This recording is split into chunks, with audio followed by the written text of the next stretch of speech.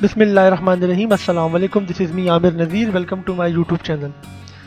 Job hunt series की episode 2 में मैं आपको खुशामदीद कहता हूँ कि जब भी कोई जॉब गवर्नमेंट की आएगी मैं आपसे ज़रूर शेयर करूँगा, और अगर आपके मतलब की वो जॉब होगी तो आप ज़रूर अप्लाई कीजिएगा। तो वैसे तो बहुत सारी जॉब्स आई हुई हैं, लेकिन अगर कॉमर्स की फील्ड की बात की जाए तो जो लोग BBA कर चुके हैं या MBA कर चुके हैं, या आज जॉब अपॉर्चुनिटीज़ पाकिस्तान नेवी में वो आज अवेलेबल हैं, वो अवेल कर सकते हैं। तो हम बिना टाइम ज़ाया किए हम चले, अगर आपको मिलती तो आप ज़रूर अप्लाई कीजिएगा। उसका तरीका भी मैं आपको बताता हूँ।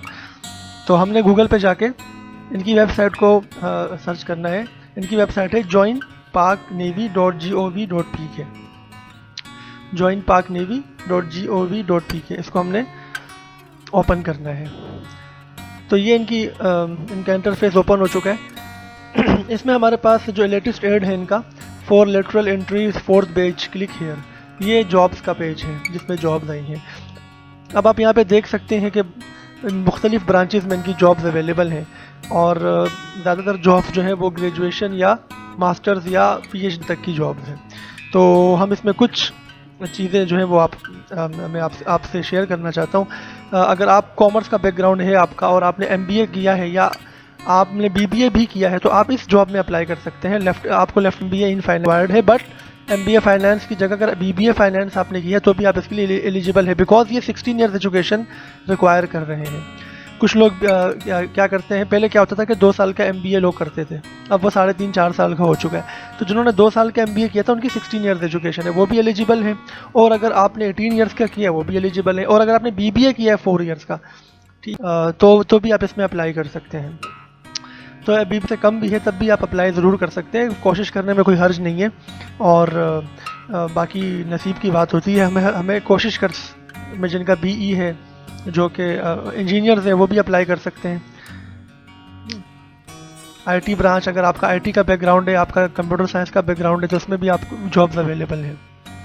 एजुकेशन ब्रांच, अगर आप MPhil और MS और PhD whatever you are doing और यू हैव डन, आप एजुकेशन ब्रांच में बिल्कुल अप्लाई कर सकते हैं। इसके लिए रिक्वायरमेंट्स मौजूद हैं कि कहीं पर MA मांगा हो, एटलीस्ट होनी चाहिए। जैसे MA 16 ईयर्स एजुकेशन होती है, लेकिन कहीं पर आपसे PhD भी मांगा हुआ है, कहीं पर MPhil भी मांगा हुआ है। तो ऑब्वियस सी बात है कि बहुत कम लोग PhD या MPhil करते हैं। तो अगर आपका मास्टर्स भी अगर हुआ हुआ है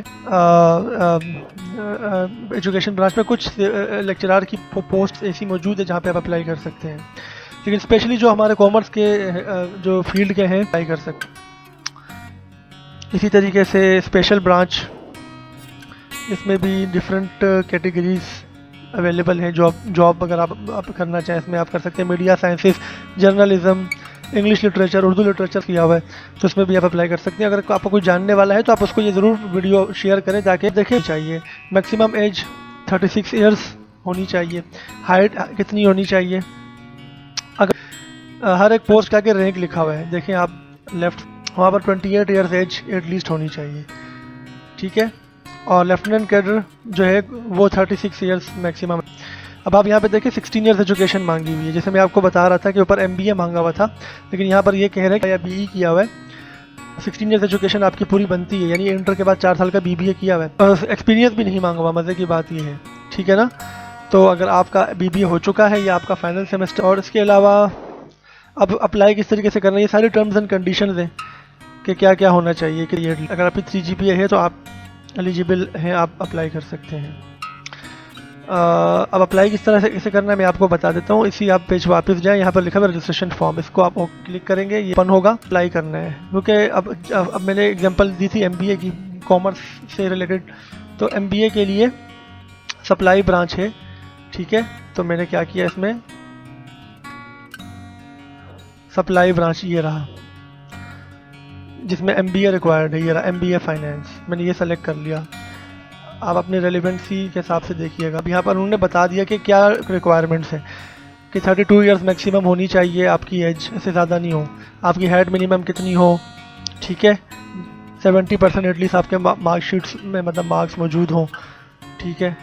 तो उसके अलावा अब मेंशन स्टेटस है सिविलियन कैंडिडेट या सर्विस। ऑब्वियसली अब आप सिविलियन कैंडिडेट के तौर पे भी अप्लाई कर सकते हैं, और सर्विस के तौर पे भी, जो यूनिफॉर्म, अगर यूनिफॉर्म बेस्ड जॉब है तो आप सिविलियन कैंडिडेट है। उसके अलावा अगर आपने एमएस या एमफिल किया तो यहाँ पर आप उसकी बताएंगे कि क्या आपकी जो है वो मार्क्स वगैरह आए थे। एमबीए फाइनेंस किया, यहाँ पे आप जीपीए लिखेंगे, यहाँ पर आप टोटल मार्क्स लिखेंगे, कहाँ से किया हुआ है वो यहाँ आप चूज़ करेंगे, कराची यूनिवर्सिटी, इकरा यूनिवर्सिटी, सीबीएम, आईओबीएम वगैरह जो भी। Marital status, religion, sect, sect का मतलब होता है कि आपका फ़िरका क्या है, सुन्नी है, अहले तशी है या अहले सुन्नत है।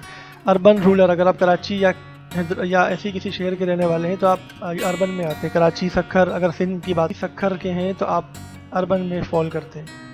अगर आप इसके अलावा किसी और छोटे मोटे शहर के तो आप रूरल एरिया में फॉल करते हैं। या आपका डोमिसाइल कौन से डिस्ट्रिक्ट का बना हुआ है, आपका पोस्टल एड्रेस क्या है, मोबाइल नंबर वगैरह। सिलेक्शन सेंटर, आप इसकी बात है, आप जिस शहर में रहते हैं उसी शहर का सिलेक्शन सेंटर यहाँ से सेलेक्ट करेंगे। अगर आप कराची में रहते हैं तो आप कराची का सेलेक्ट करेंगे। ठीक है, अब मैंने चूँकि फॉर्म फिलअप नहीं किया क्योंकि मैं अप्लाई नहीं कर रहा था, इसलिए मैंने इसको ब्लैंक छोड़ा हुआ है। मैंने कोई भी मतलब इसको फिलअप नहीं किया हुआ। जब आप करेंगे तो अपने हिसाब से आप इसको फिलअप करेंगे। ठीक है, जब आप फॉर्म सबमिट कर देंगे तो आपको एक स्लिप डाउनलोड करनी पड़ेगी। वो स्लिप आप यहाँ से डाउनलोड करेंगे रजिस्ट्रेशन स्लिप में जाके। जब आपका फॉर्म सबमिट हो जाएगा तो आप यहाँ पर अपना NIC नंबर डालेंगे और सबमिट करेंगे तो आपके सामने एक एडमिट कार्ड आ जाएगा जिसको हम रजिस्ट्रेशन स्लिप कहते हैं। वो आप उसका प्रिंट निकाल के रख लेंगे अपने पास, और उसको फिर जब भी आपको मैसेज आ जाएगा कि आपका किस दिन टेस्ट है। 2 तरह के देखें टेस्ट होते हैं। मैं खुद नेवी में अप्लाई कर चुका हूँ कुछ टाइम पहले और मैं सेलेक्ट भी हो गया था as a assistant, as a civilian select हुआ था, but I didn't join Pakistan navy due to some personal reasons. मैंने ज्वाइनिंग नहीं दी, मैंने मना कर दिया।